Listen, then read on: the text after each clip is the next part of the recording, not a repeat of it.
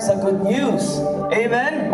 Why? Because today and yesterday, last week we started it, no? We are starting with the series nga, Call to Witness. How to share God's Word or God's message, God's good news to the world. Wow! Ready na mo? Today is Talk to. So last week we talked about what kind of news are we sharing, and today we are going to talk about how to be a witness. Talk to is titled, How Can I Be a Witness? But before that, look at the person beside you and greet that person, Good morning. Good morning. Nato baga unsay naka-good sa morning? Ito baga po ikaw. Anak man ang mga banat nato, no? So, are you ready to start our feast today? Let's pray in the name of the Father, and of the Son, and of the Holy Spirit. Amen. Together, please. Today, I receive all of God's love for me. Today, I open myself to the unbounded, limitless, overflowing abundance of God's universe. Today, I open myself to God's blessings, healing, and miracles. Today, I open myself to God's Word, so I become more like Jesus every day. Today, I proclaim that I am God's beloved.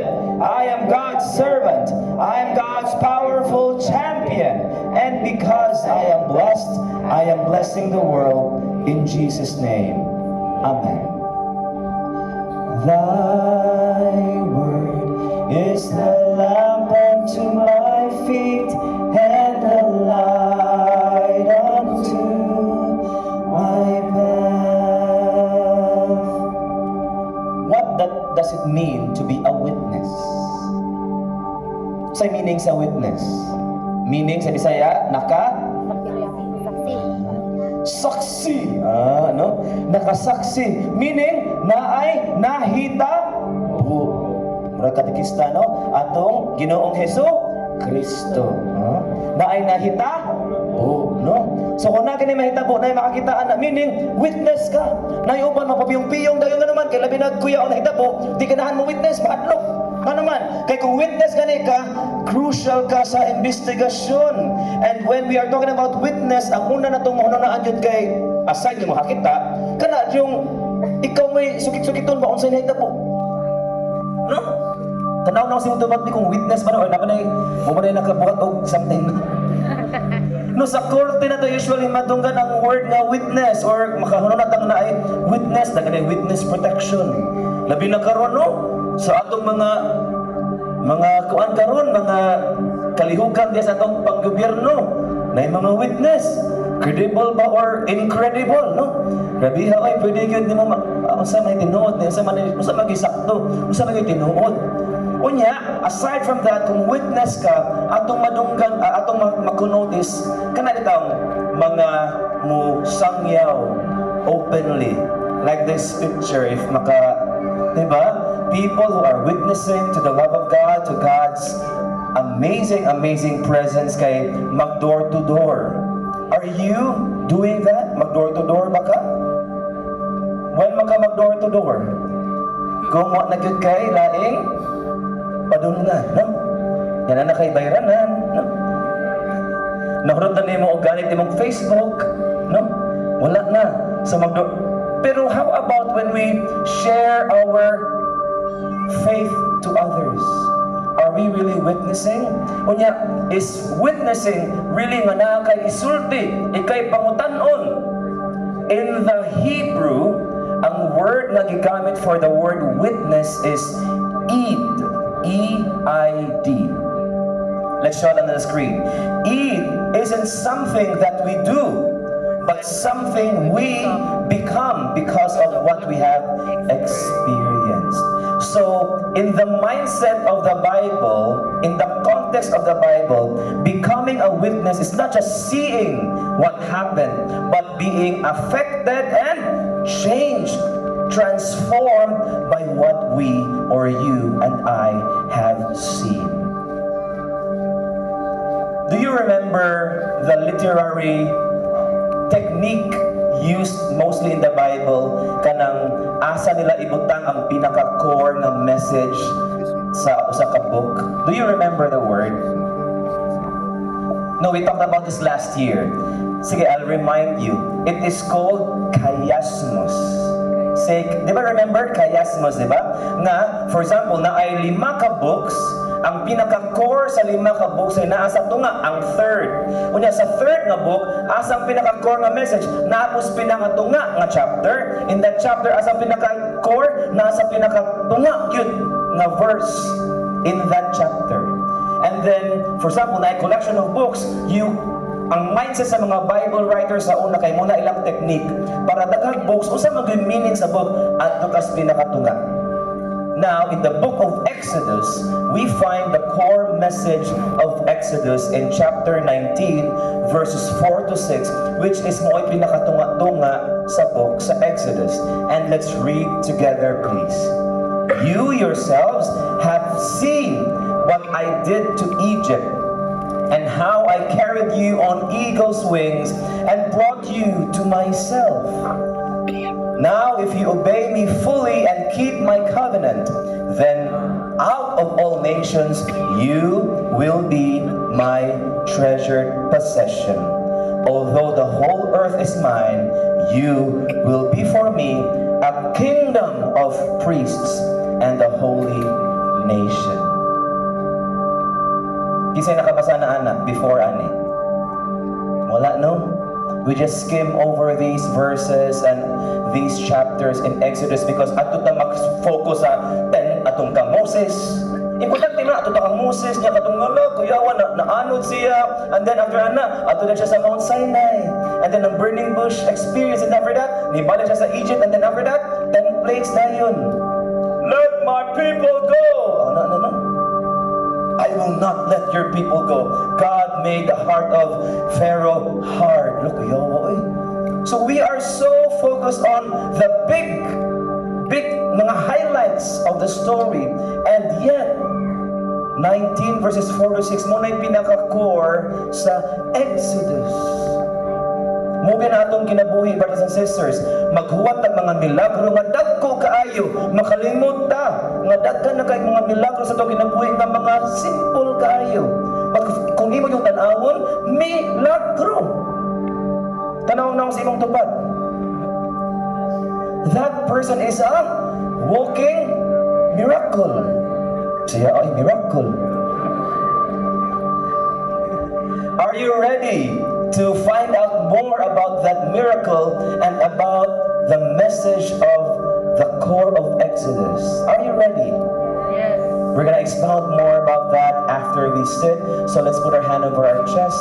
Let's pray. Lord Jesus, Lord Jesus, speak to me. speak to me. I want to be your witness. I want to be your witness. I want you to transform my life. So much so that when people experience me, they will experience you ultimately. Just one look at me,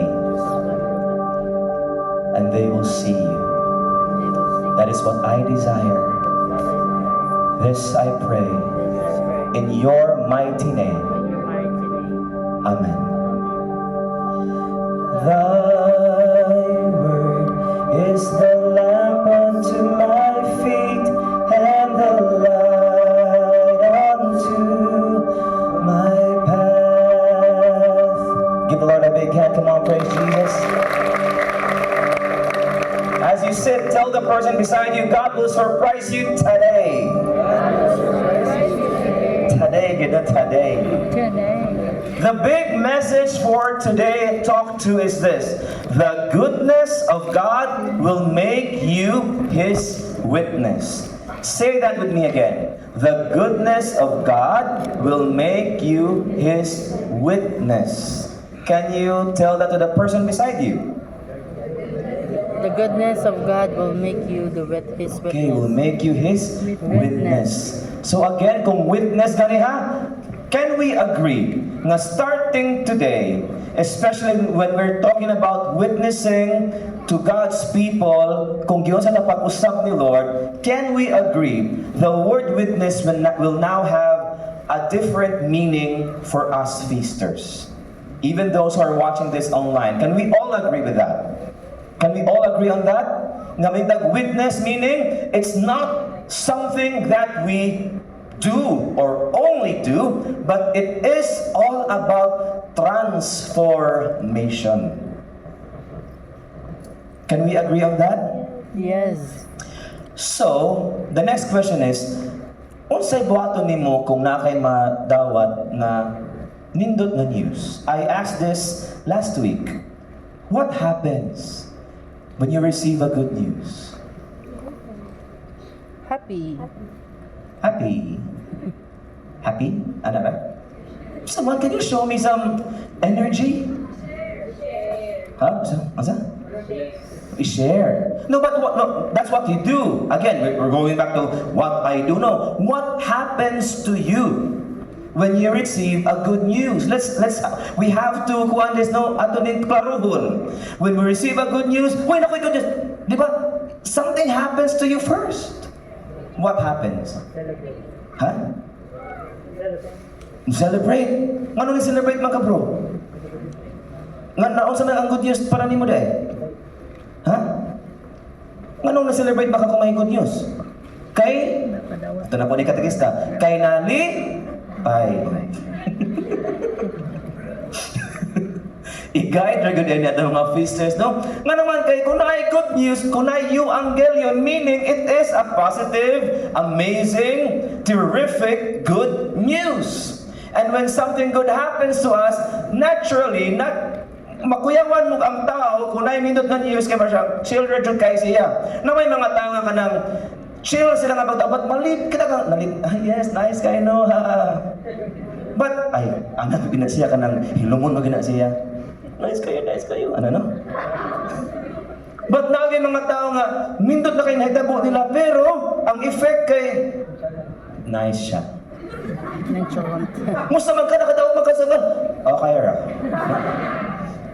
Diba, when something good happens to you, something bubbles up within you, a compelling desire to tell someone about it after the bubbling feeling. Katong mga brothers dili, do you still remember katong nanay mga uyab o ganang nanay mga nanganak na mo, naminyo na mo? Do you still remember the unang kilig? Huh? One time, nagkatawa ko sa mga pagaliw kaya naka-remember ko one time ba kay naman may mga sa Boy Scouts so nanani mga crush kano kayo ba no so kanang nag-camping niya ni agi among crush so usara kami mga amigo nga usara pa namong crush na amigo gyud mi kay pare-pareha gyud mi crush no so nay ni agi na siya mga Girl Scout po ni agi po sa among camp dapit sa mga tent so niyo hello ana na bro nga nagpaka na tumo batumba ko no so ang mga lalaki po makilig po ng mga lalaki kasi nga ay pag ang naman may kanang isuksok sa mong sa kakauban nga wala na crush ato niya na siya kanang oy nice ay kanang miss yellow kay ka saman yellow kay kag mata la sa nang nagdena ni niya oy imo man tang daoton anatong kuan bro nanagok ko ni kay abi mo kami minanulti ba so di ba kung makilig ka you feel so good about something nga nindot ang news sabi na gikan ka kasakit amen. Inyong mga kasakit na gikan or nakapahuway na, no? Are you ready for some good news? Yes. Atong balikan ang Exodus chapter 19 verses 4 to 6. Atong i-try og dissect kay para makasabot taon sa maday point ni Lord good. We read again. You yourselves have seen. Say seen. What I did to Egypt and how I carried you on eagle's wings and brought you to myself. So meaning God is reminding them na nakakita mo. You have seen the wonder, not just the 10 plagues, miracles in themselves, but they have seen the pillar of cloud and the pillar of fire, the manna in the desert, the quail in the desert, the water from the stone. They have seen a lot of miracles, and God is reminding them. Which for us now, you only become a witness if you saw something. Kung nakinakitaan, mas tinuod, mas authentic ang imong pag-share. Dili man siya third-hand na information. Are you getting this? For example, ato tas mga kanang uyab-uyab again, no? Kay murag ganan man ang uyab, no? For example, nanguyab ko sa katao or kung lalaki ka, imong imong crush nga kanang kuano kanang silingan nimo, no? Unsay mas nindot nimo nga madunggan? Ang iyang amiga maingon nga, ako nang gisugo-siguan, ato akaw. Uy, gisugot na ako na, ha? Nindot gapon. Pero murag, sure na eh. LR, lahit ra gyud kung muadto jud ka unya sa naman. One time kami ni Guada nag-uyab mi, unya nagbuwag mi. Grabe siya, akong gibuwagan. Ngayon nakarelate. Pero after many years, nagkakita mi balik. It was serendipitous because I was riding a jeepney. Kana bitong near sa kanang may crossroads. Nga nasakay ko. Ninaog ko kay mulabang ko anang IT park. Pag naog na ako, maupoy pag may ganit naka-brake siya sa iyang auto. Uy, kapit ko maligsin niya. Ko, uy. Sino nandun? Kana murag Korean na murag na ay stars ni blur na yung mga filtered effect. Inana ba? Ako feeling ko nga siya nga hawa na. After ato, I reconnected with her. Mga around September to. Pag October, sugo-sugo na din ko hatod-hatod niya sa ilang balay. Pero amigo rami. Nakoy kuyog, namay laing babae nga ko sa amiga sa ano.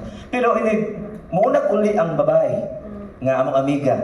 Unya kami na lang duha bang amiga sa ilang balay. Nga na ibang tao sa ilang balay. Nya magtandig mga around 11 PM. Nya katong edad day mga 28 na mi ato. Sa imo pag ay dugay mo ulit di may high school, no? 28 na. No? So pag human kay iya man kog gihatod sa kanang tricycle para mo ato sa kanang kuan sa Galison magdamo so ay sa man ulit na ta ulit na ka ulit na ko ni siya nga sa man ni ha ala kanang pabebe kay ba kanang usa siya nga di ako kasabot kung di ko sultian. Kay she's so dumb. Ano? Lain ay kung saan lang. Dili siya dumb. Ay, sorry, nagtanaw siya karon. Dili siya dumb. Joke Joke na to. Joke na to.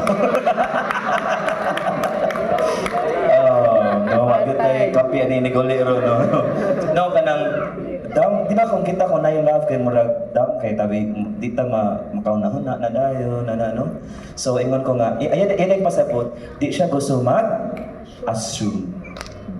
Ko nga gusto ko magbalik ta. Ingon siya nga October 4 man to. Kibaw jud ko. Ingon na siya nga ano sa man? Ingon ko nga karon. Ingon na siya nga okay. No, so grabe kayo ang good news nga. Karon din, wa ko ka-expect masal pero nag-hope ko ko ka-expect na ato siya ka ibog na ako kanang mo lagi sa ikong speaker no, magbuot na so but long story short, I have experienced that good news and 13 years after, almost 14 years, we are together. With the ups and downs. Ito pagpangan ng Ginoo. Basig na yung mga single dili ganahan magninyo. Allah, i-say more gana ang inyong experience. Be a witness, you'd be transformed yun. No? So again, when we become a witness, makita, but are we really sharing? So kato, ako may naka-experience yun. Ay mo na ko, among mga amigo na po namang tanan, nagbalik namin, nagbagipay kay sila. Nagbalik na intaon ni. Ingon sila nga, well, you do look good together. Di wala. Ako imagination.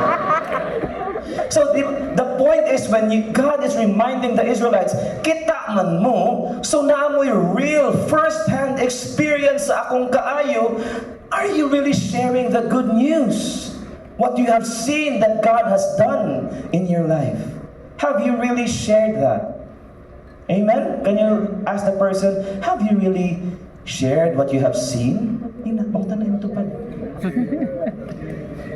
Nakita ba ninyo?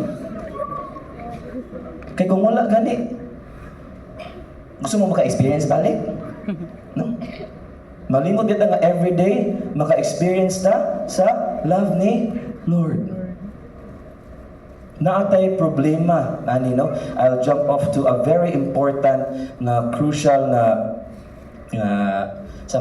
crucial na point ani nga talk. When we give a sharing kay wa ta kibaw sa buhaton. No? Wa ta kibaw sa first step to give a sharing. So when nakatry na mo share mo how the Lord has touched your lives, di ba sa fail? Kanang God is kanang kuan, pero sa kay toy salida nga tos kuan mo tipas no? Di ta katiwas na naman, di ta kibaw sa buhaton. Di ta kibaw sa isulti. Today I will teach you. Okay ran mo? I will teach you a very effective step na ako pong gigamit. Let's go to the next Bible verse. Sa Exodus. Ingon si Lord, verse 5, now if you obey me fully and keep my covenant together, then out of all nations you will be my treasured possession. So can you look at that line and then kung atong sabton ba, treasured possession. Kita daw ang usam na sa Bisaya ang treasured possession. Usam ng treasured. Pinaka anak na Treasured in the night. Sa Bisaya. dito kibawan sa ilaw ano basta murag ato na lang ikon pinaka-importante yun nga kaptangan, treasured possession. In the ancient days, kings have two possessions. First, or two kinds of treasures. Ang first is the national treasures, kanang nas public. Ang second treasures are the private collections of the king. In this context, God is saying we are part of His private collection. Namoy mga inanak, kanang way laing makakita, way laing makahikap ani, way laing makasimhot ani, ako ra gyud, ako ray magtuyok-tuyok ani nga, ako ray maka-enjoy ani nga treasure. Ingon ana ang context ani. Of course, i-share ta ni Lord sa gawas, but sa uban, pero iyang heart ba? Inanak ka ka-importante para sa treasure ka. Dili lang kaniya binuhat, iya kang say treasure, say treasure. Bahandi. Inay mong tupad, bahandi ka sa Ginoo. Bahandi ka sa Ginoo. Padayon ta, Exodus verse 6. Although the whole earth is mine, you will be for me a kingdom of priests and the a holy holy nation. Bro, babae, taon mi bro, di pwede ma-priest.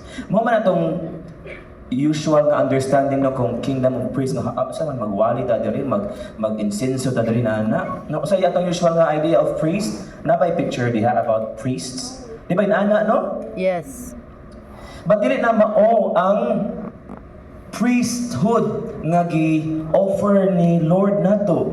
For some, you may be called to that kind of priesthood. That's called the ministerial priesthood. But for all of us, babay, sa tanang mga tao, we are called for royal priesthood. Unsa may pinaka-core sa usa ka priest, nga role sa usa ka priest. Unsa pinaka-role sa usa ka priest? Pare.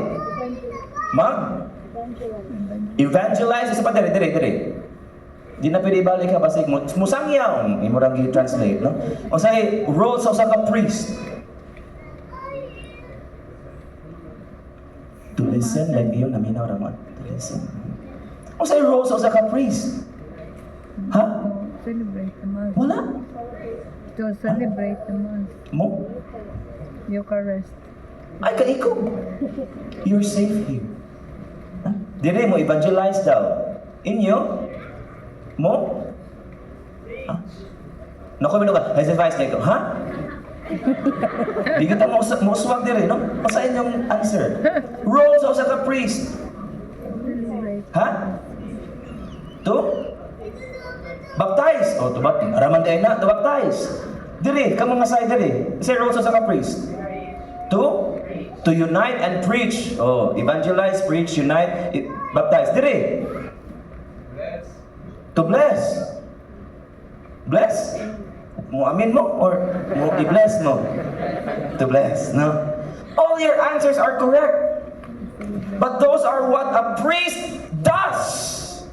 I'm asking, what is the core identity of a priest? Unsa man gyud ang priest, not what he does.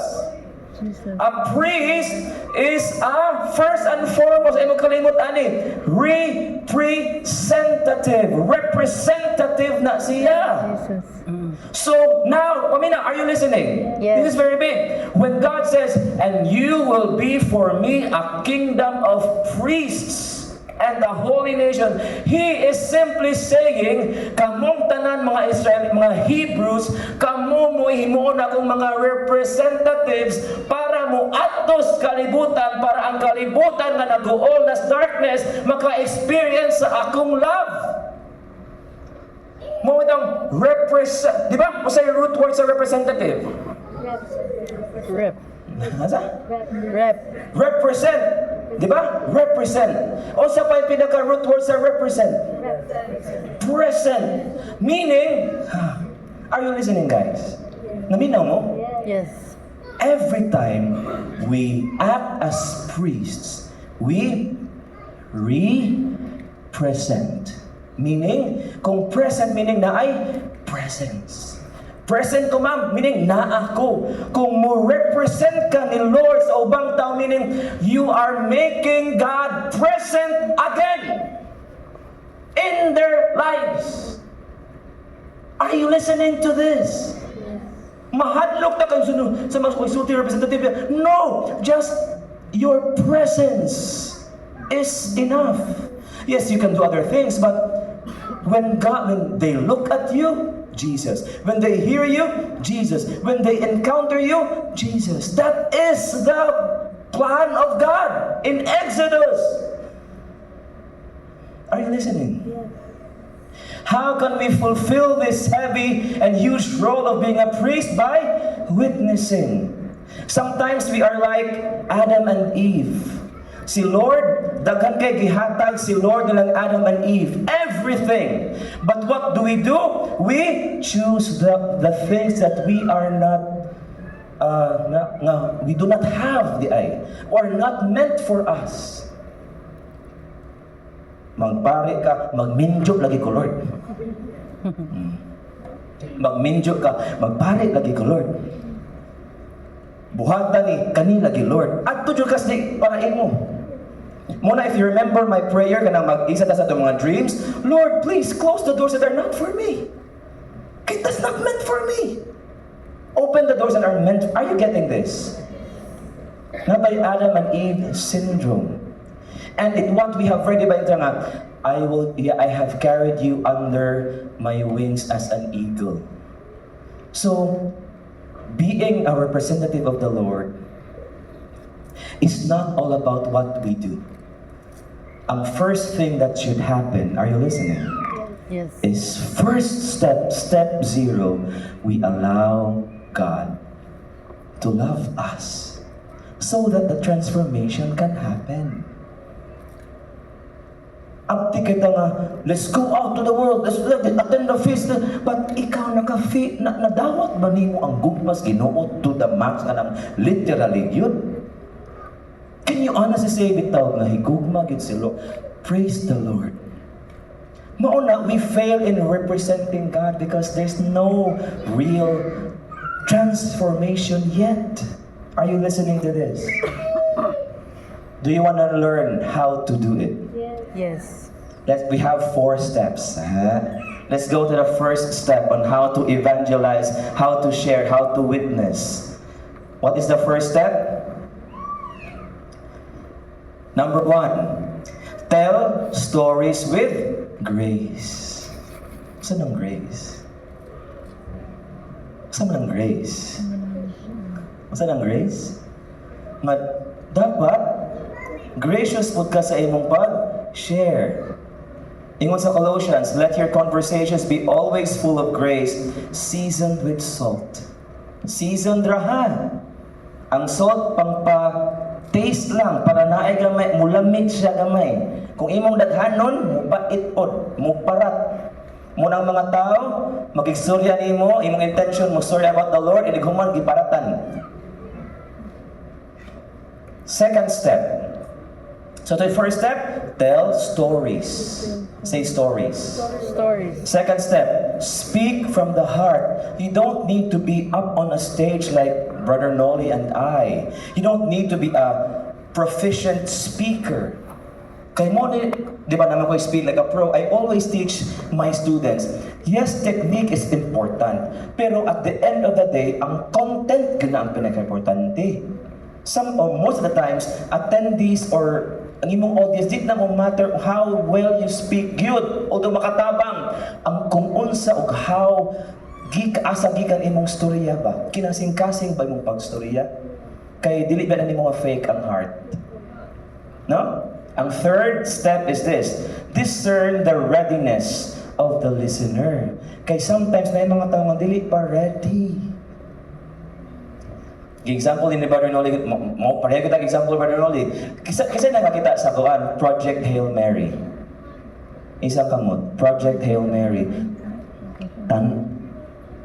Project Hail Mary. Worth Nind. Kana bitang nya namatay. Project Hail Mary. Di wala, dito namatay dahil na. Di basta mahal man gyud ang ang cinema karon compared sa katong 40 sa una. Pero worth it gyud siya. Worth it gyud siya. As in. So tan-aw mo. Ang Project Hail Mary for example, kung naay babae or imong amiga na naay kay sakit. Nice kay Project Hail Mary kanang worth it kay siya. Niya bago lang siya nakadungog sa iyang diagnosis. Matubag, akong friend. Oo, diba? Niya, sa mas this doctor. Oo. You know what? Tanawtag Project Hail Mary. Nice kay siya. You think open siya sa imong pagtanaw sa imong invitation? May pang mag-Hail Mary, mag-rosary na lang ko diri sa mag-Project Hail Mary ko diha. May pang mag-ampo na lang ko Hail Mary diri. Meaning, ang timing is very important. Muna, before you say something, you have to do something else. Ang fourth nga step is this. Let your life speak louder than your words. In other words, Ani, practice what you preach, yun na siya. Kaya ang mga tao, bisag di ka mutingog. Ano ha, atong balansiyon, importante kayo, kami ang gibuhat na inyong pagsang, importante kayo na mo share, na ay mo sangyaw. But at the end of the day, people are observing yun. Imong mga unguarded moments. Ikaw, I met the Lord in the feast. I'm so blown away to this. Grabe kayo mag-usap na ko, kasi unya, inig, after 3 days, imong Lord, salamat na sa akong anak. Ang mga hugasan! Ayan sa! Bisita ko! Sila na sang ate diya ko! Anak. Kaya kung pugson ka, are you getting this? Yes, tinuod man, your words have value. Tinuod man nga nausab ka. Ito man na nahitabo ni mo, but ang imong actuation ni align ba sa imong gisulti? Mo na yung pinaka-challenge nato. And that's where rubber meets the road in representing God. I fail in that many times. In ministry, in my family life, in business, I fail a lot of times. So if you fail a lot of times, we're all in this together. Kanya, I didn't know that, bro. No, that's not the point. Ang point is, let's rise up together as well. So itong 4 steps, tell stories with grace. And then, number 2, Speak from the Huh? heart. speak from the heart. Number 3, discern kung timing is important. And number 4, so the number 4, let your actions speak louder than words. I'm gonna give you a framework para naamoy sundon. Ang tawag ana kay ang meet. Say meet. Mula dili mo maka-screenshot ana MEET. Kung naamoy ka ilang iyong classmates na di ba mo share ko bisag 1 minute lang. 1 minute sharing is this. First is M, my life before Christ. Ang E kay my encounter with Christ. And then the next E is evidence of that encounter, meaning ang change. And then ang T kay try it out, invitation. For example, uy, Stephen, saan naman ka? Ay, okay na ko niya. Saan ay mo you know what, I'm in ministry. Ay, can you share about it? Nya, wala na ko, napakain tayo. Wala lagi ka, nagdalipod ko ba? May kita. You know what, my life before kay disorganize akong life, what ko direction. But I met the Lord in 2002 and grabe kayo ang experience ato. In fact, because of that, 24 years after, my life has direction now. I'm married, I have 2 kids, I have a ministry, I have a business, family business, and then my life has really turned around. If you have time, you can come and join, check it out, our feast. That's it. That's even 30 seconds. In Atura. Meet. So itong M, my life before Christ. E, my encounter with the Lord, with Jesus. Ang third na E, the evidence of that encounter. And then letter T, try it out. Try it out, check it out, or lang. Let's all stand.